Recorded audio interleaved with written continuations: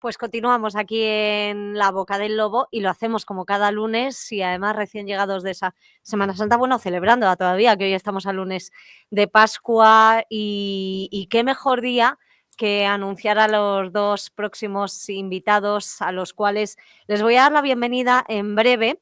Vamos a volver a recordar que hace unos instantes mencionábamos precisamente en La Boca del Lobo ese fallecimiento de Jorge Bergoglio, del Papa Francisco, a la edad de 88 años de edad. Ha sido en torno a las 7:30 de la mañana, lo comunicábamos un poquito después cuando se ha confirmado por fuentes oficiales la noticia. Va a ser enterrado en la Basílica de Santa María la Mayor a petición propia, siendo la Virgen su gran devoción y por eso eligió el Papa Francisco ser enterrado fuera de lo que es la sede oficial del Vaticano. Ahora voy a preguntar a mis invitados, bueno, concretamente a Jorge García Conte, porque sé que Josep Alsina tiene una petición propia, que es no realizar declaraciones tras este reciente fallecimiento, pero decía que qué mejor día el de hoy con esta luz de la palabra que tienen que comunicar nuestros invitados para precisamente hacer alusión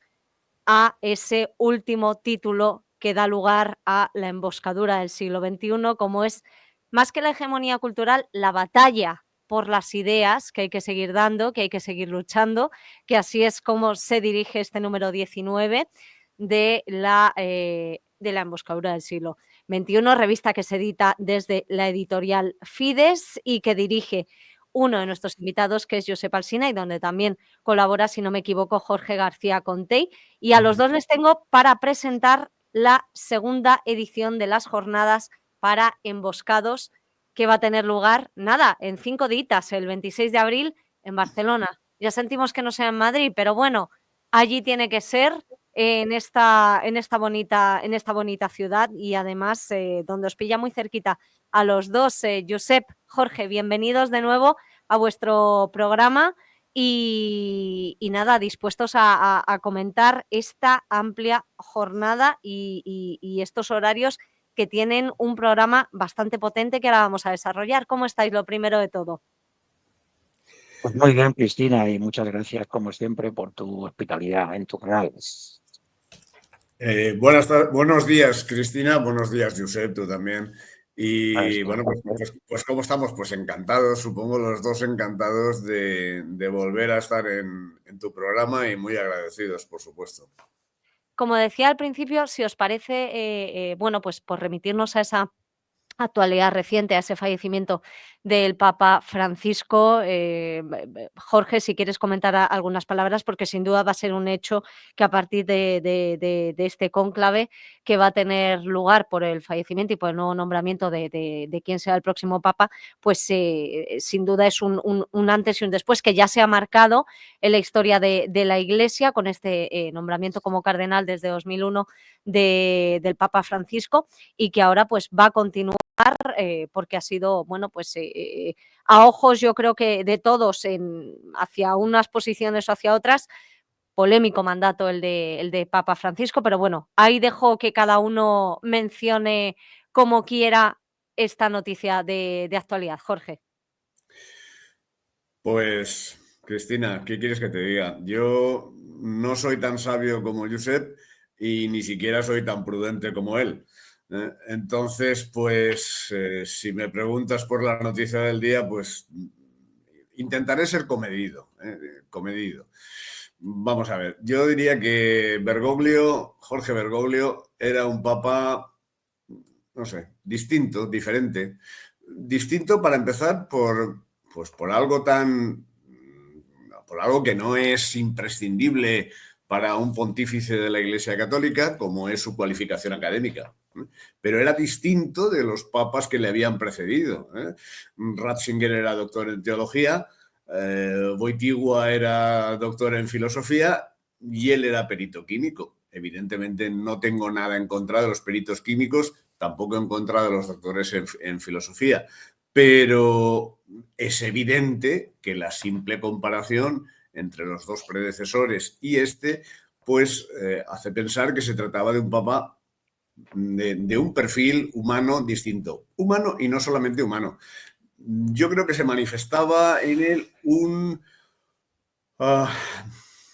espero que se me entienda bien, un auténtico desprecio por la tradición. Jorge Bergoglio era un obseso de la innovación a cualquier precio y porque sí.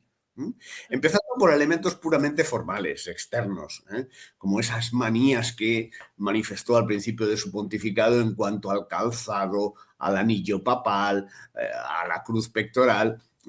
Se presentaban como manifestaciones de humildad, pero modestamente yo creo que en realidad revelaban lo contrario. Ponían de manifiesto al hombre que o bien desprecia con arrogancia el simbolismo de la tradición o sencillamente es que ignora el significado de ese simbolismo. Y no estoy muy seguro de cuál de las dos posibilidades es más terrible, hablando de la cabeza de la Iglesia Católica. En cualquier caso, bueno, Bergoglio era pues ni mejor ni peor, pues sencillamente lo que se podía esperar de un producto muy acabado del progresismo de los años 60, que ha acabado por sumir al cristianismo en una crisis de relativismo, de escepticismo sin precedentes. Bueno, quien lo quiera comprobar, quien no quiera perder el tiempo, yo le aconsejo que no lo emplee en leer la producción de Jorge Bergoglio. Pero bueno, si es quien ande sobrado de tiempo y quiera mal emplearlo, bueno, pues puede coger textos doctrinales de Bergoglio que pueden considerarse, yo los considero, auténtica doctrina basura, absolutamente romos, literatura de andar por casa, simplismo, simpleza sin límites y heterodoxia enmascarada con mucha palabrería hueca y fofa. Pues la producción de Bergoglio, no sé, por ejemplo, que me vengan así a la memoria ahora, pues el ecologismo ramplón está presente en Laudato Si y en Querida Amazonía, es que además qué títulos les ponía el tipo, hasta, por ejemplo, pues una fraternidad de corte masónico universalista, ¿no? En Fratelli Tutti, y también pues tenemos una exhortación apostólica que se hizo muy célebre, tristemente célebre en su momento, como Amoris Laetitia, donde implícita, bueno, y hasta explícitamente, se contradice la doctrina que sobre el amor humano y el matrimonio ha profesado la Iglesia Católica en los últimos 20 siglos. En cualquier caso, lo más llamativo de Bergoglio era su repetitivo, su cansino mensaje de falso ecumenismo. Digo falso porque, a ver, el ecumenismo propugna la unidad de todos los cristianos dentro de la Iglesia Católica. Mientras lo que Bergoglio difundía era el relativismo en cuanto a la verdad, en cuanto a una supuesta verdad parcialmente compartida por todos los creyentes de cualesquiera religiones. Sí. Cualquiera, yo pienso, y termino, Cristina, yo creo que cualquier menos ignorante y menos osado que él habría visto claro que su doctrina era la mejor invitación al agnosticismo. Pues yo creo que nos sirve tanto a Josep como a mí, que por eso quería tener presente esta referencia tuya acerca de la actualidad y siempre que lo quiera Josep también es bienvenido para hacer cualquier tipo de comentario. La que no ha hecho comentarios sobre vuestra trayectoria, aunque ya los oyentes de esta casa y los espectadores os conocen de sobra, pero bueno, por aludir a Jorge García Conté como licenciado y doctor en Derecho, máster en Derecho Constitucional por la Universidad de Valencia, graduado en Ciencia Política por la Universidad Nacional de Educación a Distancia, letrado del Ilustre Colegio de Valencia. Aquí, de hecho, estuvimos hablando sobre el derecho constitucional, bien lo recuerdo. Colaborador habitual, como decía, de la emboscadura del siglo XXI, también de Posmodernia, de Galerna, de la Asociación Cultural Alfonso I, de Nil Ostad, también revista que dirige Josep Alsina, y, por supuesto, miembro fundador, del cual hemos estado hablando aquí también orgullosamente en esta casa, del Instituto Carlos V. Y luego, pues, me vas a permitir, Josep, que también haga mención a los 3 libros de Jorge García Conte, el primero como Textos imprudentes, el segundo como Democracia cronometrada y el último en 2021, Cartas boca arriba, con un ensayo sobre la deficiente calidad democrática y que sigue estando desgraciadamente de actualidad porque no acaba de mejorar esa situación y lo que nos queda por delante. Y en cuanto a Josep Alsina, pues mencionar que ha sido hasta hace bien poquito presidente de Somatemps, que dirige en la actualidad tanto Nilostad, revista de historia metapolítica y filosofía, como La emboscadura del siglo XXI, editada por Editorial Fides, y desde aquí le mandamos un abrazo entre los 3 a José Antonio Llopart. Y venís entre los 2 pues a presentar estas segundas jornadas para emboscados que hacen mención a este título de la revista y que, como decía al principio, tiene lugar el próximo 26 de abril en Barcelona, en el Hotel Silken Sant Gervasi, con muchos buenos ponentes, entre ellos Jorge García Conte. ¿Quién de los 2 se anima? Josep, yo creo que tienes que empezar. Bueno, Mira, Josep, que además se ha hecho un cartel personalizado y aquí lo tenemos, también. Bueno, un cartel para cada uno de los ponentes, no solo yo. Pues es un cartel para cada uno. A ver, bueno, un pequeño detalle. Yo con respecto a lo que comentabais antes, yo te he dicho que a mí por principio no me gusta hablar mal de alguien que acaba de morir, y en segundo lugar por el respeto que merece la Iglesia Católica por lo que fue, no por lo que es ahora, ¿no? Entonces yo por eso no quiero hacer comentarios. Lo único que diré es que se está hablando mucho actualmente, con razón, ¿no?, de la protestantización de la Iglesia Católica, y en eso estamos, ¿no? Y bueno, para poner algún ejemplo, ¿no?, la cuestión vergonzosa de la Conferencia Episcopal Española ante el tema del Valle de los Caídos, pues nos indica un poco por dónde va esta Iglesia, que en lugar de estar en contra del mundo, como debe estar, lo que está realizando. Josep, se te escucha un poquito mal la cobertura, se te ve. Es absurdo. Josep. Porque claro. No. No, hay un problema de internet, yo creo. Sí, se le va la. Le voy a poner un mensajito por si me lee para decirle, Josep, si me estás escuchando, yo creo que vamos a, si me escuchas, vamos a probar. ¿Te parece bien que te llamemos por teléfono? Sí. Porque es que no sé. ¿Sí? Ah, Porque te diría que probaras a quitar la imagen, pero ¿sí? Venga, pues ahora voy pasando el teléfono a Cecilia.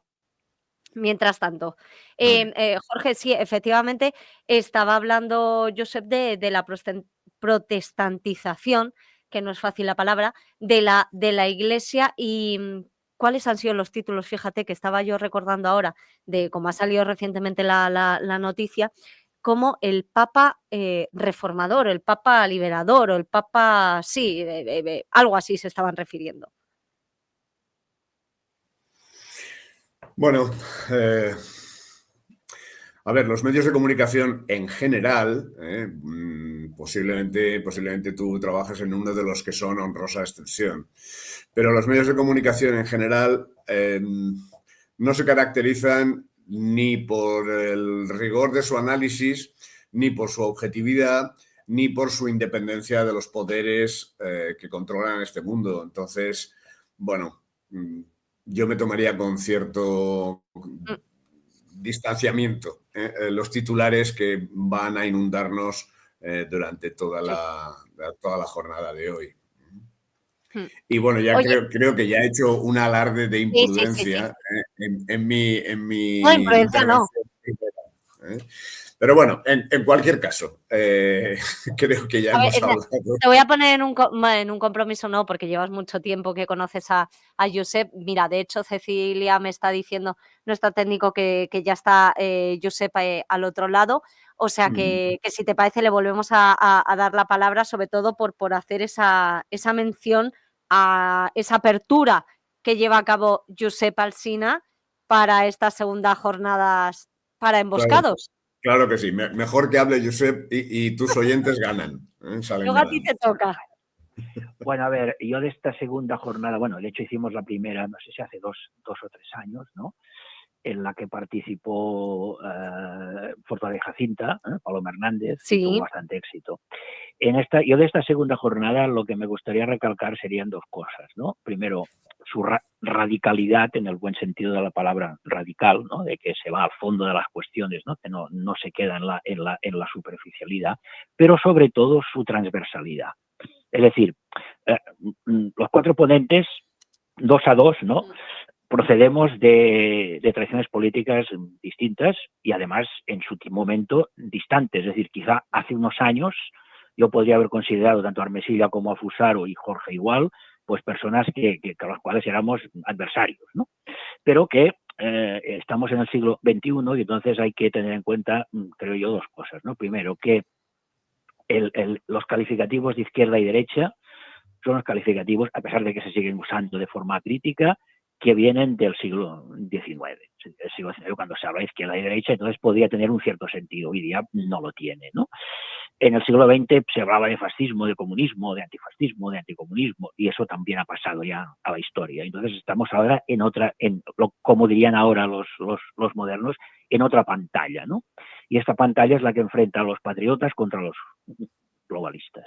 Y en esta área que podríamos llamar de patriotas, acaban confluyendo pues personas que procedemos de lugares muy distintos y que además quizá nuestra base filosófica tampoco es la misma, pero sí que estamos llegando a una serie de concepciones, ya no diré políticas, incluso metapolíticas muy, muy parecidas. Es decir, cuando tienes un pensador, digo pensador porque lo es, como Santiago Armesilla, que es una persona, bueno, que por una parte es discípulo de Gustavo Bueno, pero que se sigue llamando marxista, pero que defiende la hispanidad y el catolicismo cultural, o cuando tienes un filósofo como Diego Fusaro, que también se declara marxista, pero defiende ciertos valores tradicionales y está diciendo que todas estas ideologías woke de la izquierda lo que hacen es estar al servicio del globalismo, es que estamos acercando posiciones y entonces en esta jornada creo que esto se va a poner encima de la mesa.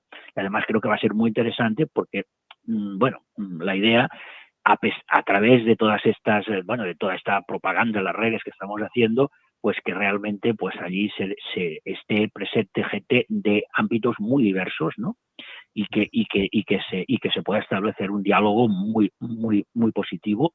Bueno, un diálogo tampoco, porque en realidad yo por lo menos con los que he tenido más trato, con la gente de Vanguardia Española, la gente de Armesilla que tiene aquí en Barcelona, pues estamos de acuerdo en un 80% de las cosas, ¿no? Y además, curiosamente, en alguna cosa que podemos no estar de acuerdo, no es tanto por su origen marxista, sino por otras cuestiones. Y creo que esto sería, pues creo, un detalle bastante importante y bastante interesante a tener en cuenta.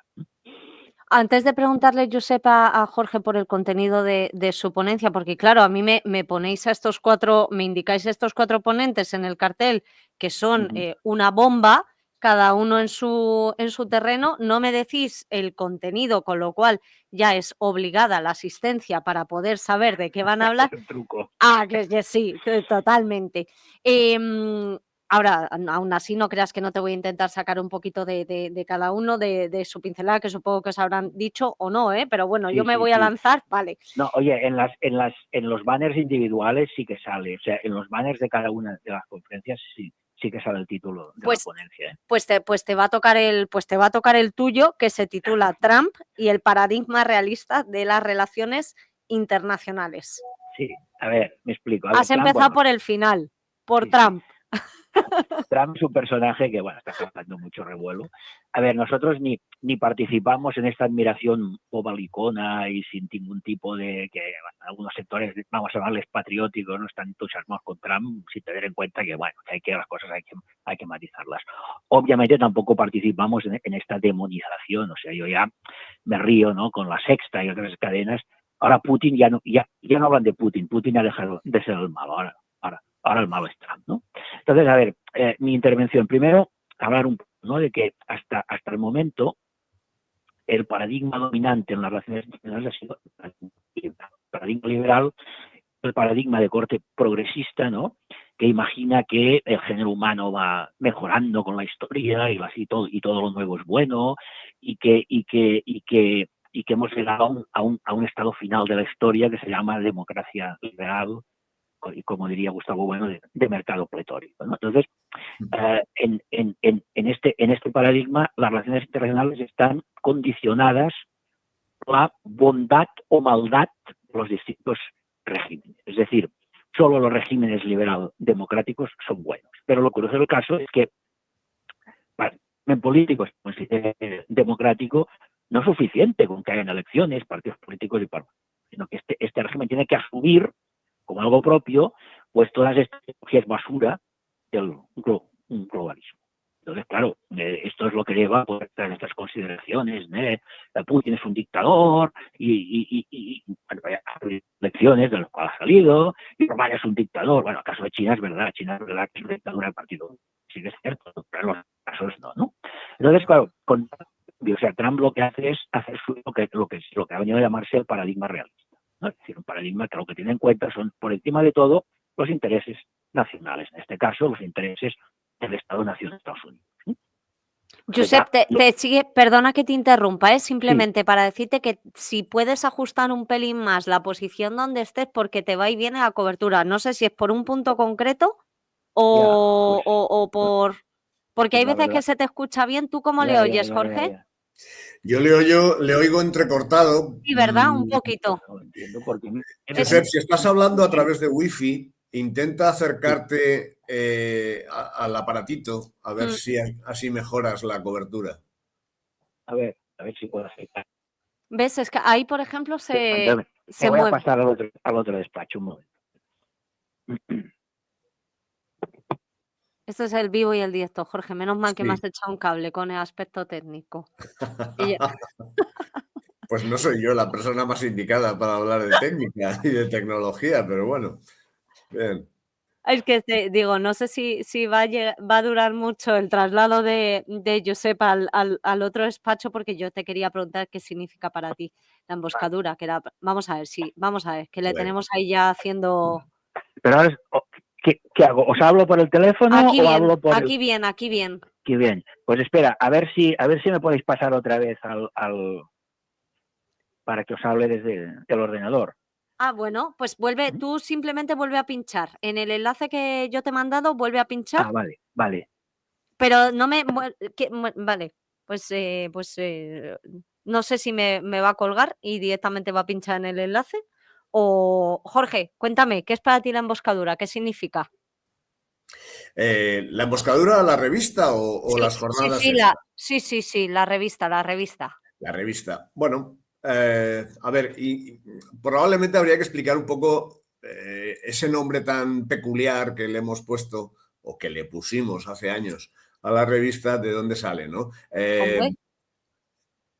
Dime, Cristina. Sí, dale. ¿Quién mejor que vosotros? A ver, Vale. mira. Sencillamente se trata de que la emboscadura alude a una figura que describe Junger del emboscado, ¿no? El emboscado es un hombre que no participa del mundo que le rodea, que rechaza el mundo que le rodea y se aparta de él. Se aparta de él, se embosca en lo profundo del bosque y desde allí puede esporádicamente atacar a ese mundo que rechaza y que combate. Bueno, pues a esta figura alude el nombre de la cabecera, el nombre, la emboscadura, y bueno, pues para todos los que colaboramos en ella, pues hacemos bandera de ese primero rechazo del mundo que nos rodea, rechazo del mundo que nos ha tocado vivir, pero al mismo tiempo, desde luego, no renunciamos a cambiarlo. Desde luego, ni somos utopistas ni somos ingenuos. Entonces, estamos convencidos de que a través del combate metapolítico, que es el que nosotros intentamos llevar a cabo, pues es posible que se cambie el sistema ideológico dominante, la hegemonía cultural vigente en este momento, pero desde luego no será a corto plazo. Pero bueno, en cualquier caso, el largo plazo tiene un momento de comienzo y ese ya lo hemos dejado atrás. Así que ya llevamos camino andado hacia un cambio de paradigma mundial. Ojalá, ojalá. No estoy seguro de llegar a verlo, también lo digo, pero bueno, caminamos hacia ello.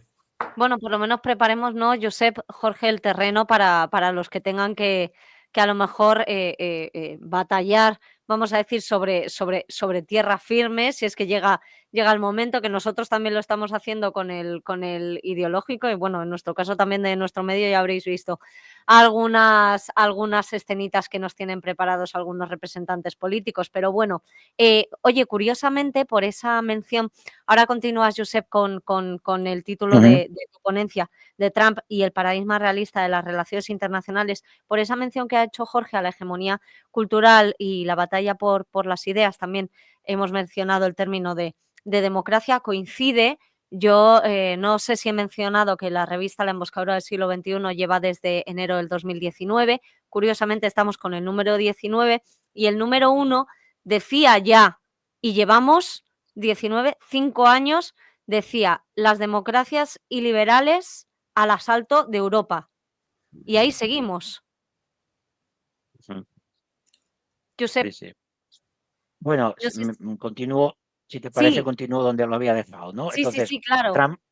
Trump significa este cambio, ¿no? Pasamos del paradigma liberal al paradigma realista. El paradigma realista se caracteriza porque considera que son los actores de la política internacional son los estados nacionales y que lo único que hay que tener en cuenta es los intereses, o por lo menos los supuestos intereses de estos estados.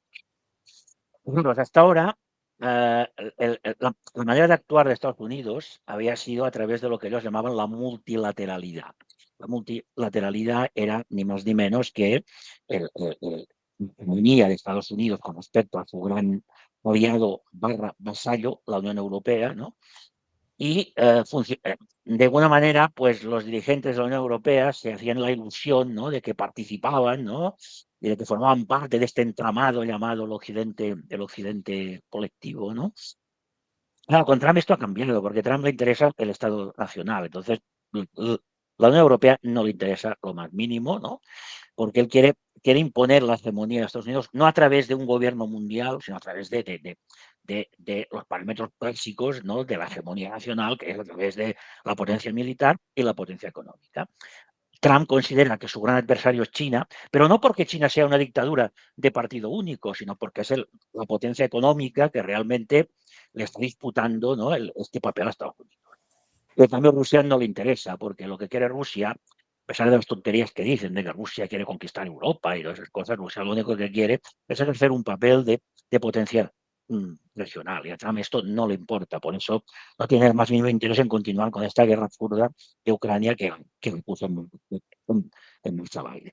Claro, entonces, aquí se está dando en Europa, bueno, en la Unión Europea, una situación patética, ¿no? Es decir, de Estados Unidos fluyeron una serie de cosas, ¿no? Todas estas ideologías woke, la historia climática, el homosexualismo, todas estas ideas que ahora imperan en Europa y que ahora le llaman a esto valores europeos, que esto de europeo tiene poco, ¿no? Y ahora se han encontrado solitos, ¿no? O sea, están solitos en la guerra contra Rusia, están solitos porque Estados Unidos pasa de ellos. Y ahora pues dicen cosas muy divertidas, ¿no? Pues ahora vamos a aumentar nuestro presupuesto en defensa. Oiga, pero si esto es lo que Trump les está diciendo, que aumenten su presupuesto en defensa, que está harto de ser a través de la OTAN que les protege, ¿no? Y luego, bueno, ya se están dando situaciones auténticamente surrealistas, son como lo del kit de supervivencia, ¿no? Ahora todos tenemos que tener un kit de supervivencia porque hay o por ser una catástrofe o por la siguiente pandemia que nos van a avanzar, ¿no? Pero bueno, aparte de esto, también se están dando situaciones preocupantes, ¿no? Es decir, como es el caso de la inhabilitación de Marine Le Pen, como es el caso de la anulación de las elecciones en Rumanía o la posible ilegalización de Alternativa por Alemania. Es decir, que ya no es solamente Trump, es que dentro de la propia Unión Europea están surgiendo movimientos muy dispares, ¿eh? No es ninguna conspiración internacional del neofascismo, movimientos muy dispares en sus propuestas, pero que de alguna manera están en fin, erosionando, ¿no?, todo este tinglado llamado Unión Europea. Ahora No bien, sé si sí, perdona, Josep. no olvidemos que a pesar de esto, o sea, estos cambios, en cierto modo, son positivos, a mi modo de ver, porque, bueno, y porque además, de alguna manera, Trump está asumiendo que hay una cosa que se llama multipolaridad. La multipolaridad existe, es un hecho, ya no es una teoría. Pero no hemos de olvidar que muchos aspectos de la política norteamericana con Trump no han cambiado. Es decir, Trump sigue apoyando, igual que Biden, o sea, no es que sea más ni menos, igual que Biden, al Estado genocida de Israel. Estados Unidos sigue siendo el aliado preferente de Marruecos, un enemigo al sur, a pesar de lo que digan Sánchez y sus secuaces, ¿no? Y, desde luego, la posibilidad de una plataforma hispanoamericana o iberoamericana, su adversario principal es Estados Unidos. Es decir, que Trump ni es la maravilla de las maravillas, como algunos están diciendo, que es la salvación del mundo, pero tampoco es el mal absoluto, ¿no? Como predican bien analistas. Entonces, dentro de este panorama que se perfila, y esto sería la parte final de que va a ser mi intervención, dentro de este panorama multipolar, pues es donde las posibilidades, por ejemplo, de una plataforma iberoamericana o hispanoamericana, pues no es que sea un camino fácil, pero se hacen posibles, ¿no? Y por otra parte, la situación en la Unión Europea, pues bueno, augura un probable hundimiento de la misma, de lo cual nosotros nos felicitamos, ¿no? Porque siempre hemos dicho que la auténtica tradición europea, la auténtica ciudadanía europea no es la Unión Europea es todo lo contrario. Es decir, para nosotros la auténtica ciudadanía europea es la que tiene tres puntales fundamentales, ¿no? La filosofía griega, el derecho romano y la herencia cultural del catolicismo, obviamente muy poco defendida por la propia Iglesia Católica. Bueno, esto ya sería otro tema. Entonces, claro, lo que vemos en Europa es todo lo contrario. Es decir, Europa está convertido en un no lugar, en una constante negación de sus auténticas tradiciones. Está hablando de no sé qué, de un Corán, o del Talmud, del otro día, la Van der Leyen, que dicen Sí. algunos que es católica, es decir, dijo que los valores del Talmud son los valores europeos, bueno, en fin. O sea, todo lo que sea extranjero, todo lo que venga de fuera, pues ya es fantástico, ¿no?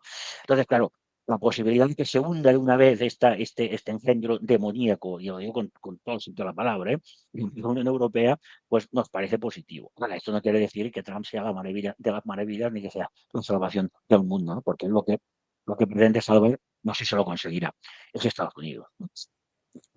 Pero, por ejemplo, yo sí, bueno, claro, esa visión americana que todos tenemos de realmente, pues, esa potencia que trata de volver a levantar, ya lo ha dicho en todo momento, tanto el primero como este segundo mandato, que toda esa, revolución que él está llevando a cabo con respecto a todos, los acercamientos acercamientos e imposiciones del wokismo, del globalismo, de como lo queramos llamar, que había gestado durante tanto tiempo Joe Biden junto con otras personas, él las está tratando de frenar, si no las Sí, está sí, sí. eliminando del todo. O sea, eso es bueno. Esto entraría en los aspectos positivos de Trump, ¿no? Pero Claro, claro, a ver, sí, pero no olvidemos que cuando él quiere esta imposición, ¿no? De la hegemonía americana. También Biden decía que Estados Unidos tenía que volver a ser el líder mundial. Lo que sí. pasa es que los dos quieren lo mismo, pero por caminos distintos. Entonces, la ventaja de Trump es que es más sincero. O sea, no va con tonterías de multipolaridad, de multilateralidades, ni defensa de derechos humanos, ni toda esta hipocresía que ha caracterizado a los Biden y a los Obama. Él lo dice muy claro, que Estados Unidos quiere imponerse. ¿No? Y esto no hay que olvidar. Evidentemente, desde el punto de vista ideológico, pues es verdad que hay una serie de cosas que son buenas. Que son buenas, ¿no? Y claro, lo patético de la Unión Europea es que todas estas cosas habían entrado en Europa procediendo de todas estas ideologías se fabricaron en las universidades progres americanas, como Berkeley y compañía, ¿no? Y ahora se encuentran eh, que se han quedado solos. Es decir, que su patrocinador y su mentor han cambiado el chip, ¿no? Y eso es la parte positiva, evidentemente. ¿No? Jorge, no sé si quieres, hacer algún comentario al respecto, antes de pasar al contenido de tu ponencia. Pues ya que me ofreces la posibilidad, yo te haría una observación pues muy concisa a propósito de las palabras de Josep. Al margen de las diferencias de contenido ideológico que hay entre demócratas y republicanos o entre Obama-Biden y Trump. Bueno, sí, efectivamente no son iguales, no son enteramente coincidentes, pero a mí no deja los Estados Unidos de suscitarme una cierta envidia, por cuanto corrientes ideológicas dispares que se alternan en el gobierno de la nación acaban coincidiendo en un objetivo, y es la prioridad de los Estados Unidos por encima de cualquier otra circunstancia. Ya me gustaría a mí que los supuestamente distintos sectores ideológicos que pugnan por el poder en España tuvieran como prioridad España, España y solamente España. Ojalá fuera así. Sí, yo por eso decía que a mí eso es algo que me resulta, independientemente de lo que opinemos cada uno pues, como lo queramos llamar, USA, Estados Unidos, América, podamos llegar a compartir o no, pero efectivamente eso a mí siempre o sea, el hecho de que en clase tengan, su himno y sus banderas y su orgullo y no sé si me entendéis, que eso Pues precisamente es lo que perfectamente, acabas de decir, Jorge. perfectamente.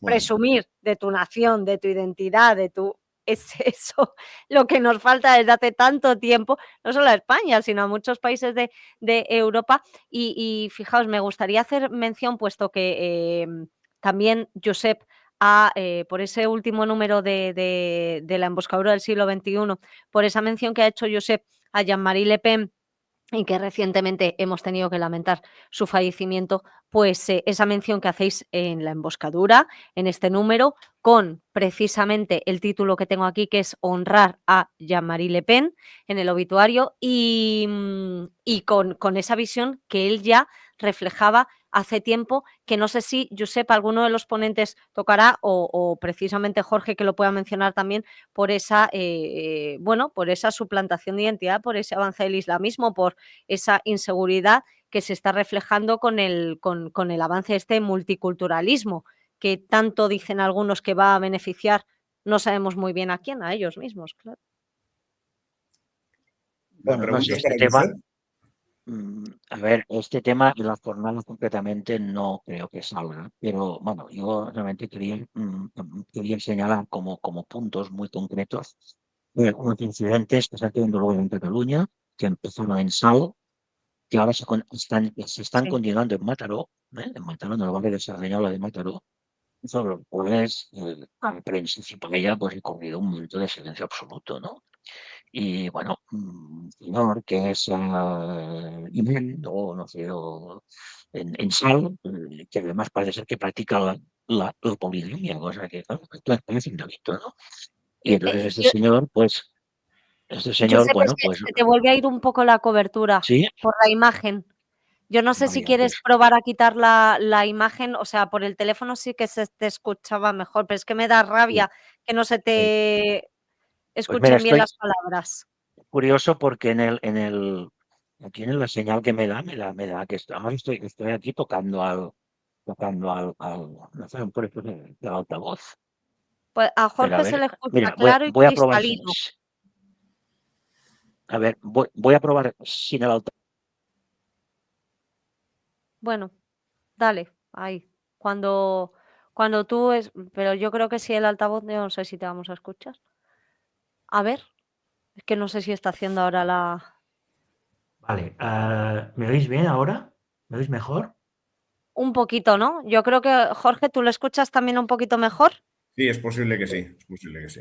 Vale, Venga, pues pues continúa. entonces, bueno, pues eso, ¿no? Que se han producido una serie de problemas muy graves relacionados con, bueno, con el tema de la ocupación, pero en el cual estos colectivos musulmanes pues han realizado auténticas acciones de guerrilla urbana, ¿no? Y bueno, y ante la total pasividad, ¿no? De la Generalitat, bueno, de los ayuntamientos, en fin.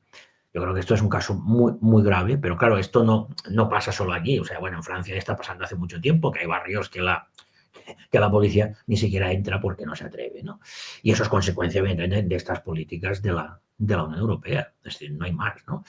No creo que sea un tema que vaya a salir mucho en las jornadas, pero sí que es un tema que también es importante y que no es más que una consecuencia, ¿no?, de todos estos procesos que se están dando. Jorge, ¿quieres comentar tú ya parte del contenido de tu ponencia a las 5 de la tarde, el día 26 de abril? Pues sí, vamos a ver, a mí cuando me dieron a elegir un tema, posiblemente de modo irreflexivo, elegí ¿no?, de la OTAN y la defensa de Europa.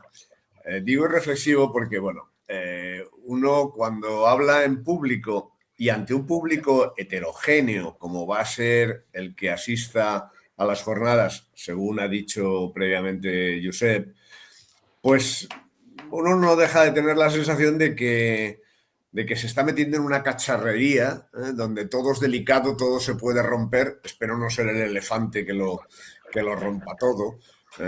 Pero bueno, en cualquier caso, yo lo que pienso enunciar es las contradicciones en las que se desenvuelve el tema de la defensa colectiva de Europa, las contradicciones en las que se viene desenvolviendo desde hace décadas. Vamos a ver, la OTAN todos lo sabemos y lo conocemos. La OTAN se funda, desde luego, no por impulso, no a instancias de los europeos, de las potencias europeas, sino a instancias de los Estados Unidos. De hecho, el tratado fundacional, el tratado que da origen a la Organización del Tratado del Atlántico Norte, se firma en Washington, y en derecho internacional se conoce como Tratado de Washington.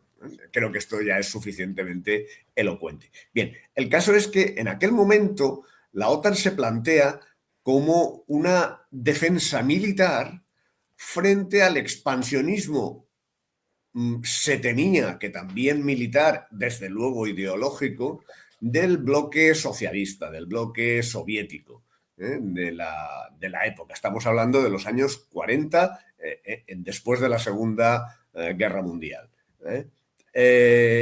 Bien, a ver, con sus más o sus menos, aquel planteamiento no dejaba de tener una cierta lógica. Era una alianza militar de los países en régimen de democracia liberal capitalista para supuestamente defenderse del expansionismo comunista. Bueno, uno podrá estar de acuerdo o no, pero aquello tenía una cierta lógica. Lo que pasa es que todo este asunto empieza a entrar en el absurdo, deja de tener coherencia desde el momento en que la Unión Soviética implosiona y su bloque se volatiliza, y de hecho los países que formaban parte del Pacto de Varsovia se convierten entusiastamente a la fe democrática y liberal. A partir de ese momento, la OTAN se convierte en sí mismo en un absurdo, porque claro, ¿de qué nos estamos defendiendo los europeos occidentales? De un enemigo que ya no existe. Bueno, esa era la realidad de la OTAN, pero una ficción que se ha venido manteniendo hasta hace unos meses, pues hasta que Donald Trump llegó por segunda vez a la presidencia de los Estados Unidos. Donald Trump es consciente de que su enemigo ya no es el bloque soviético. De hecho, la mayor parte del antiguo bloque soviético son países que hoy en día forman parte de la propia OTAN, empezando por ahí. Donald Trump es consciente de que ya no existe el bloque soviético y de que no existe ni siquiera la Unión Soviética. Existe Rusia, que es otra cosa enteramente distinta y desde luego en absoluto comunista y en absoluto amenazante o amenazadora para los países del occidente europeo. Desde ese momento, Trump pone las cartas sobre la mesa, decide desentenderse de la OTAN. Durante su primer mandato ya exigió que los países europeos aumentaran su contribución económica y militar a la OTAN, que era una manera de ir diciéndonos, niños, id espabilando, que tenéis que ir creciendo y haceros mayorcitos y mayores de edad. Bien, ahora ha llegado a la conclusión en que nos ha dicho, bueno, ya sois mayores de edad, os vais a apañar como podáis. Y si queréis haceros enemigos de Rusia, pues peor para vosotros. Pero desde luego no contéis con los Estados Unidos en una guerra que ni nos va ni nos viene. Efectivamente, Trump es el que ha puesto en evidencia que la guerra en el conflicto en Ucrania es algo que le tiene sin cuidado a los Estados Unidos por completo.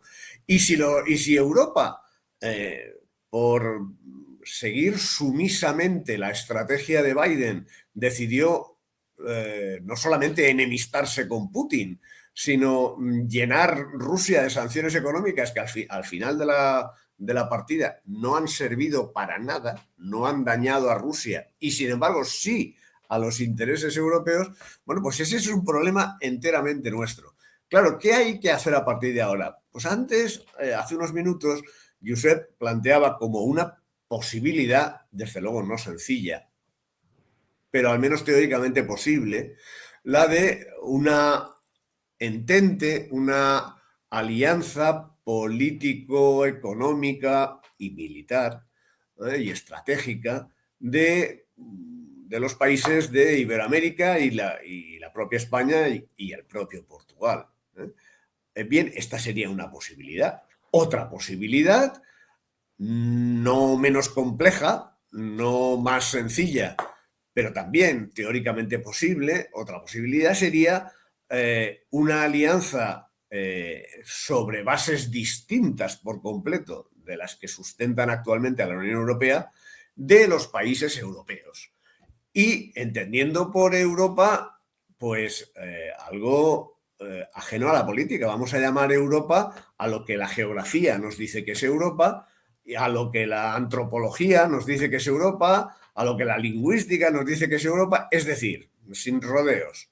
Si hablamos de una alianza estratégica europea, habría que considerar como un socio posible más a Rusia, a la Federación Rusa. Bien, estas son las posibilidades de futuro con las que debemos jugar. No sé qué nos deparará el futuro. Probablemente ninguna de las dos exactamente. Probablemente ninguna de las dos. Eso es lo que yo creo imaginar al menos. Y fíjate, bueno, Josep, no sé si quieres hacer algún comentario al respecto del contenido de la ponencia de Jorge, pero tú has mencionado antes esa ponencia de Santiago Armesilla, que justo va después de tu presentación de la apertura a las 11:30. Santiago Armesilla estará a partir de las 12:15, más o menos. Y has mencionado esa gran potencia que es China, de la cual advierte mucho y muy bien en sus intervenciones Santiago Armesilla. Sí, bueno, China es la gran nueva potencia. Es curioso porque en los años 70 hubo un francés, un periodista francés, Sherman Schreiber, que escribió un libro muy interesante que se llama Cuando China despierte, que entonces pues, parecía que aquello era una elucubración. Resulta que es verdad, ¿no? China ha despertado.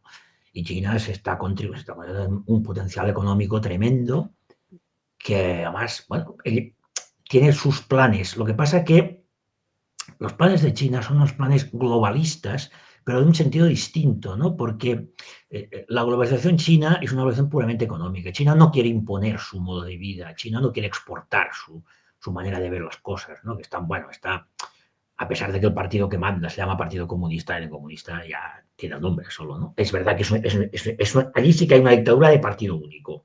Esto es evidente, ¿no? Ahí no hay elecciones, nada que se le parezca, ¿no? Pero yo creo que en China influye más la tradición confuciana que el marxismo de Mao, que ya es una cosa que ha pasado a la historia completamente.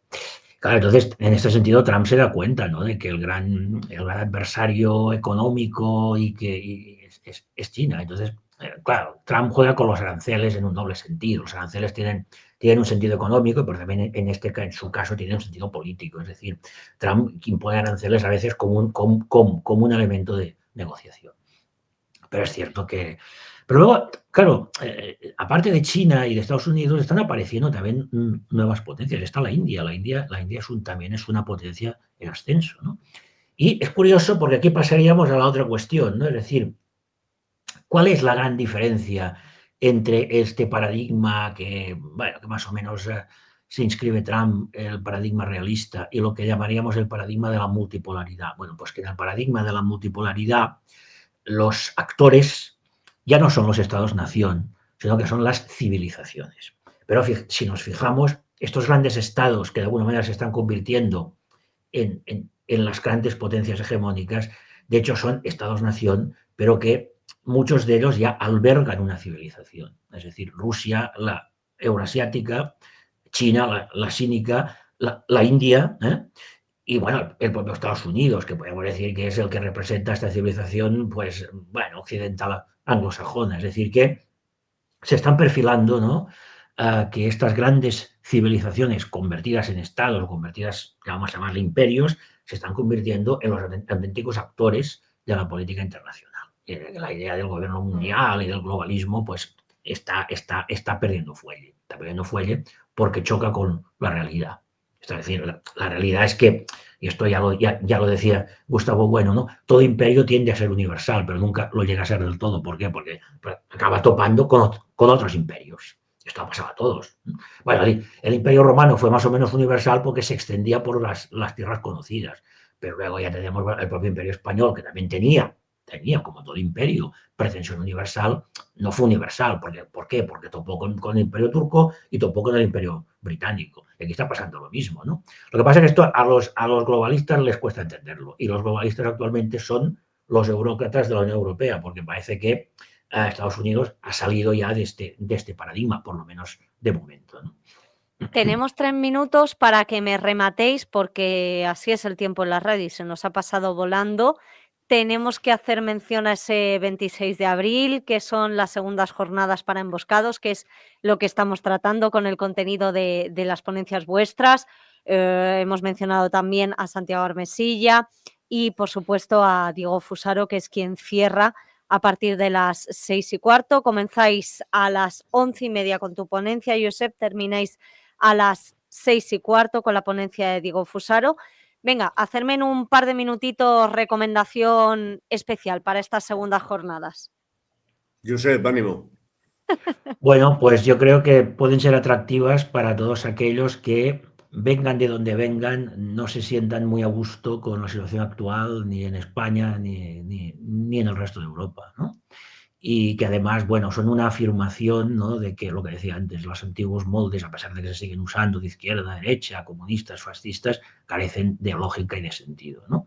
Yo he llegado a oír a decir, gente más o menos del ambiente patriótico, ¿no?, de que Sánchez es un comunista radical, que además es muy divertido porque, que yo sepa, no existen comunistas moderados, ¿no? Es decir, esta intentona de intentar entender las cosas que están pasando ahora con esquemas de hace 100 años, pues al final bueno, y acabo con esta frase de mi amiga por no de Jacinto, ¿no? Dice, si no conoces al enemigo ni a ti mismo, perderás todas las batallas. Pues aquí estamos intentando conocer al enemigo y además conocernos a nosotros mismos, ¿no? Pues Josep Alsina, director de La emboscadura del siglo XXI en Il Obstat, y Jorge García Contey, también presente, colaborador en ambas revistas y además uno de los ponentes de estas segundas jornadas para emboscados, el próximo sábado 26 de abril a partir de las 10:30 de la mañana en el Hotel Silken de San Gervasi.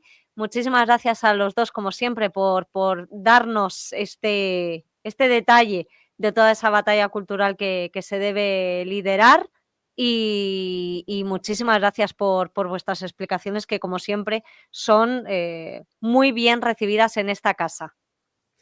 Muchas gracias, Cristina. El placer ha sido nuestro, desde luego, por participar una vez Muchísimas más en tu gracias. estupendo programa. Contaremos siempre. las terceras. Gracias a los dos. Un abrazo.